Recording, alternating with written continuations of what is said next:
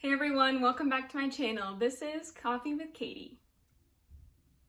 Got my little marble mug again today. So today's video is going to be my July reading wrap up.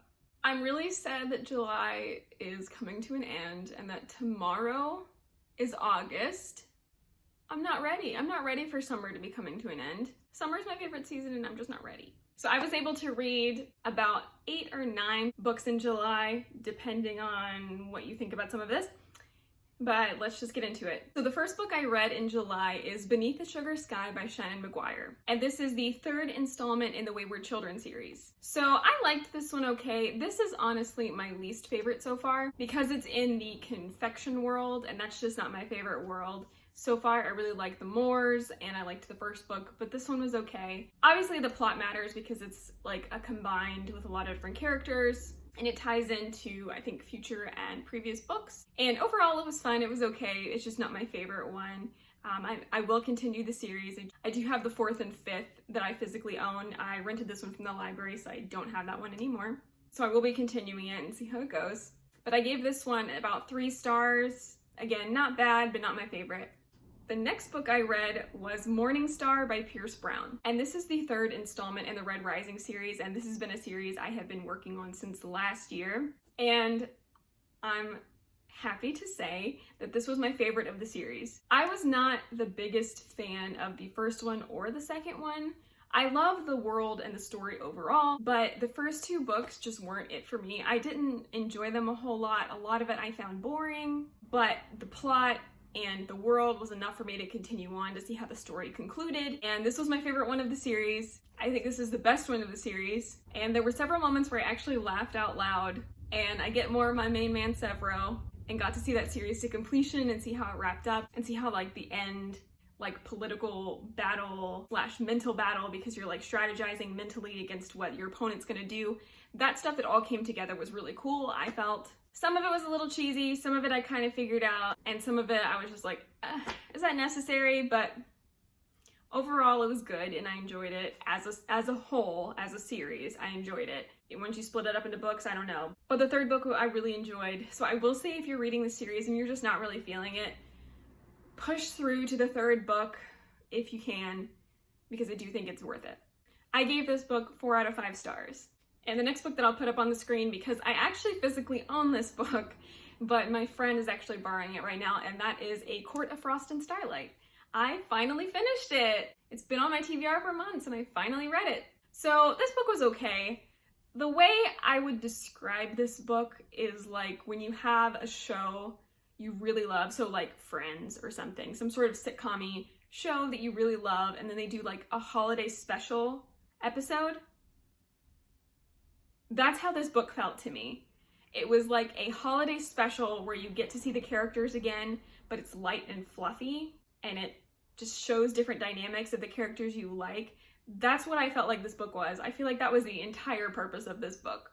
Now, I will say there are some things in A Court of Frost and Starlight that build to A Court of Silver Flames, because there are little like plot points that hint to or set up A Court of Silver Flames with Cassian and Nesta, and just different things that are going on. So I do understand why it's necessary to read, but it just felt kind of meh, kind of middle of the road. Not bad, but just not great. I gave this 3 stars because again, it's not like terrible. I just didn't see a lot of the points, and it just kind of felt like we missed the characters, we wanted to see them again, but there's not a lot to write about at this point. So it was okay. The next book that I was able to read in July was Crooked Kingdom by Leigh Bardugo. So I had read 6 of Crows in May and finally picked up Crooked Kingdom to finish the duology so that I could go on to the King of Scars duology, and I absolutely loved this. I gave this 5 stars. I love the characters in this duology. I love their dynamics. I love the different personalities. I know not every book is for every person, but I really don't understand why if people hate this book, I don't understand why. If you don't like it, whatever. Like, I didn't necessarily think I was gonna like it because it was a heist type story for the duology, but I really enjoyed it. I love the characters, and I think that's what sells it for most people. Kaz Brekker is my favorite, and I also love Matthias, which Lee Bardugo, I'm not trying to spoil this for anybody, but Lee Bardugo, we will have words if we ever meet in person about what you did to one of my favorite characters. We will have words. Why was that necessary? It wasn't, that's why. It wasn't necessary, and you just wanted to watch the world burn, didn't you? You're gonna kill off every single character I love that you write, aren't you? Aren't you? We will have words. If I finish that King of Scars duology and Nikolai dies, I'm coming for you.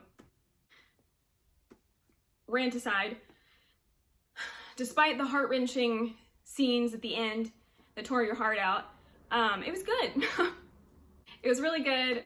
Honestly, I think the only character that I could take or leave is Jesper.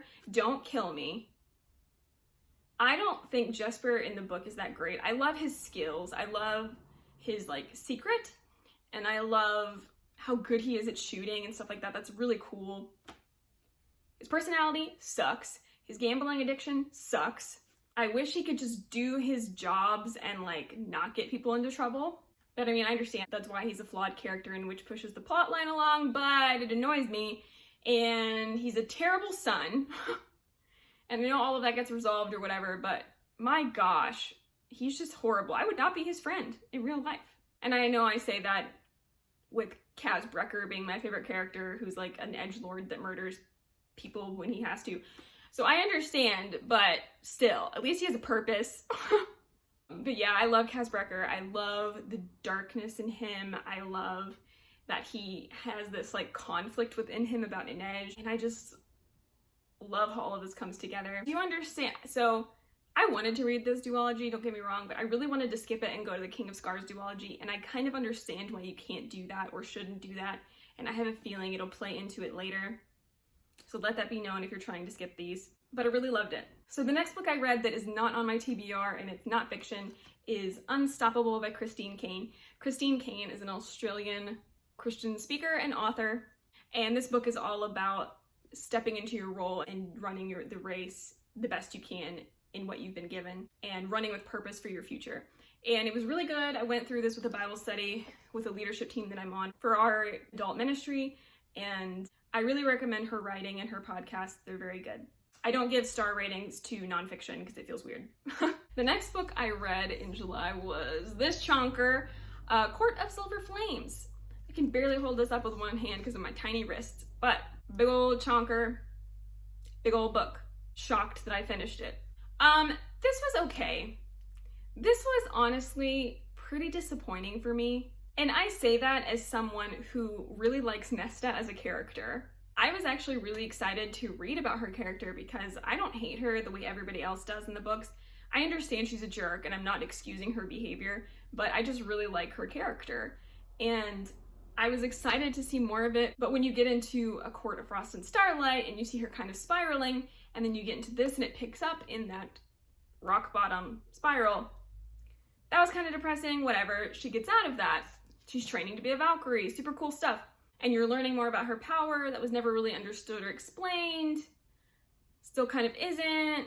I just felt that this could have been cut in half and said the same thing.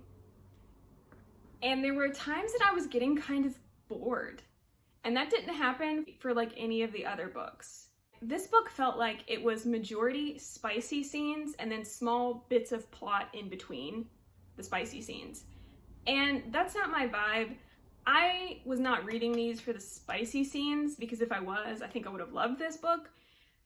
That's not what I'm here for. I'm here for sure, that can be a part of it, but I'm here for the plot. I'm here for the magic. I'm here for the really cool politics in this Fae world. I didn't get a lot of that in this book. There's some, and there's some plot, so obviously I wanted to see how it ended because there is a plot, but there's not much of it.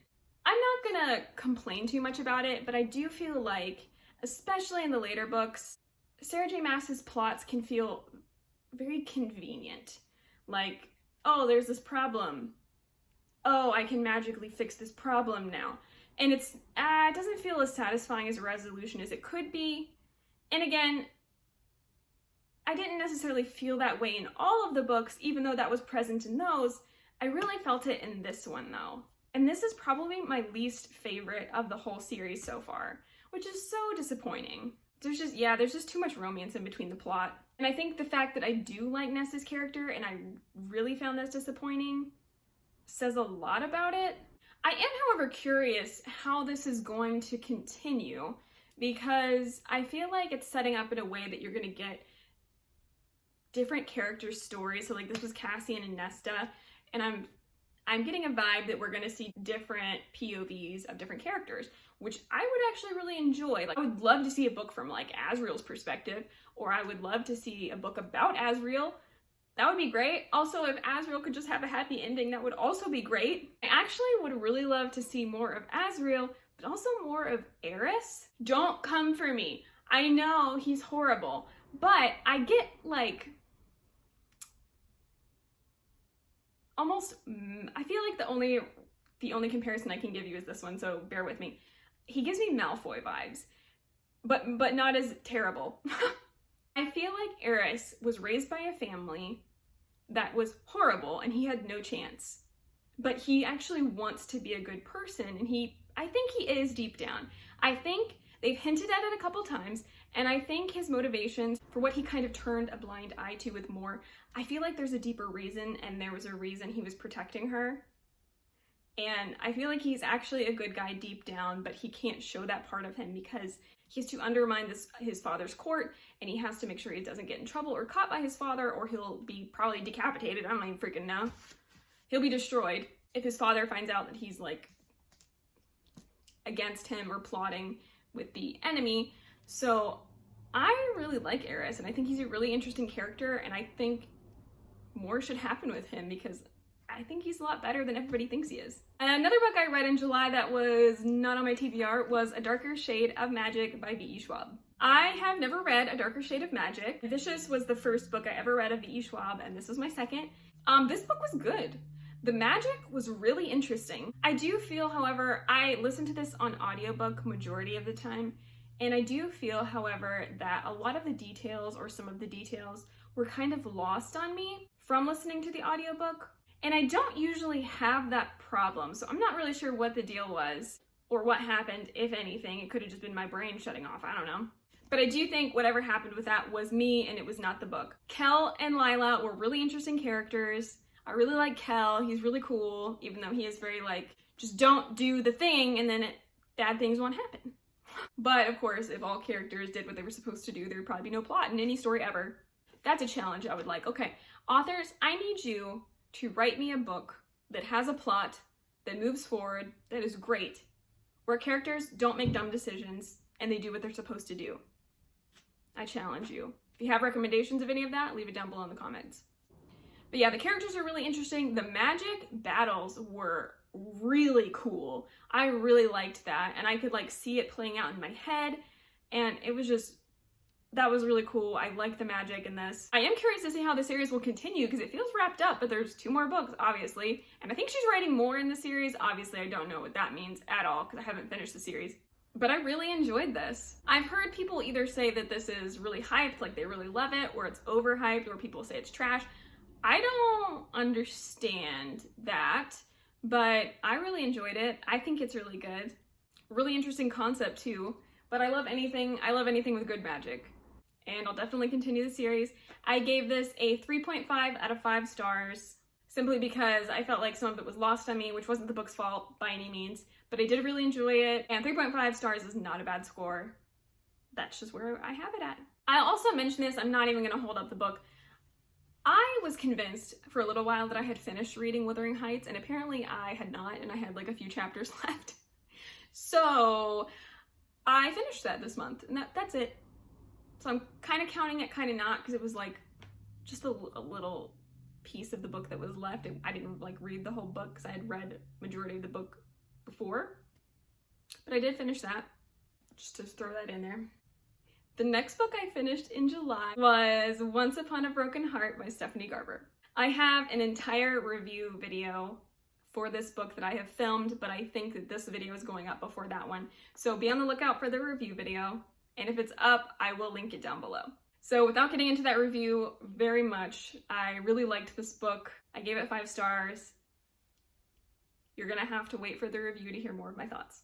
And I got an ARC early, which was so nice, so great. I obviously did not get to all of my books on my TBR, so one of the reasons that happens, I'll just explain this to you, is that I use the Libby app a lot for a lot of my TBR books, because I don't always own the books that are on my TBR. I have to get them from other avenues, and I usually try to rent them instead of buying them all the time. So I usually use Libby because it's free through my library, and the timing doesn't always line up. So it'll tell me like 2 weeks sometimes, and then at the end of the month that I planned on reading it in, I may get the book, and then I don't have enough time to read it. So that's why some of that happens occasionally, because I'm kind of at the mercy of Libby. That's also why, like with some other books, that I read them when I wasn't planning on reading them that month, is because they came during that month. And I was able to borrow them during that month, so then I'm on a time limit of how long I have it, so I have to finish it. So that's why my TBR gets kind of jacked up sometimes. But I still get to read a lot of books that I want to read, so it's a win-win, really. It just messes up my TBR, but that's fine. So those are all the books that I read in July. Let me know in the comments down below what you were able to read in July and what your favorite read of July was. If you liked this video, go ahead and like it, subscribe if you want to. Stay safe and caffeinated, and I will see you next time. Bye.